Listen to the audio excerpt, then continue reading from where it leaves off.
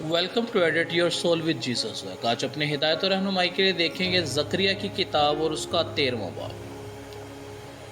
اس روز گناہ اور ناپاکی دھونے کو داؤد کے گھرانے اور یروشلم کے باشندوں کے لیے ایک سوتا پھوٹ نکلے گا۔ اور رب الافواج فرماتا ہے، میں اسی روز ملک سے بتوں کا نام مٹا دوں گا اور ان کو پھر کوئی یاد نہ کرے گا، اور میں نبیوں کو اور ناپاک روحوں کو ملک سے خارج کر دوں گا۔ اور جب کوئی نبوت کرے گا تو اس کے ماں باپ جن سے وہ پیدا ہوا اس سے کہیں گے تو زندہ نہ رہے گا، کیونکہ تو خداوند کا نام لے کر جھوٹ بولتا ہے۔ اور جب وہ نبوت کرے گا تو اس کے ماں باپ جن سے وہ پیدا ہوا اسے چھید ڈالیں گے۔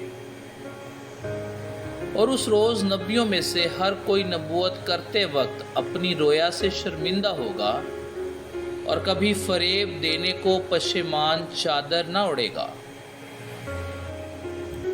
بلکہ ہر ایک کہے گا کہ میں نبی نہیں کسان ہوں، کیونکہ میں لڑکپن ہی سے غلام رہا ہوں۔ اور جب کوئی اس سے پوچھے گا کہ تیری چھاتی پر یہ زخم کیسے ہیں، تو وہ جواب دے گا، یہ وہ زخم ہیں جو میرے دوستوں کے گھر میں لگے۔ رب الافواج فرماتا ہے، اے تلوار، تو میرے چرواہے یعنی اس انسان پر جو میرا رفیق ہے بیدار ہو۔ چرواہے کو مار کے گلا پراگندہ ہو جائے، اور میں چھوٹوں پر ہاتھ چلاؤں گا۔ اور خداوند فرماتا ہے کہ سارے ملک میں 2/3 قتل کیے جائیں گے اور مریں گے، لیکن 1/3 بچ رہیں گے۔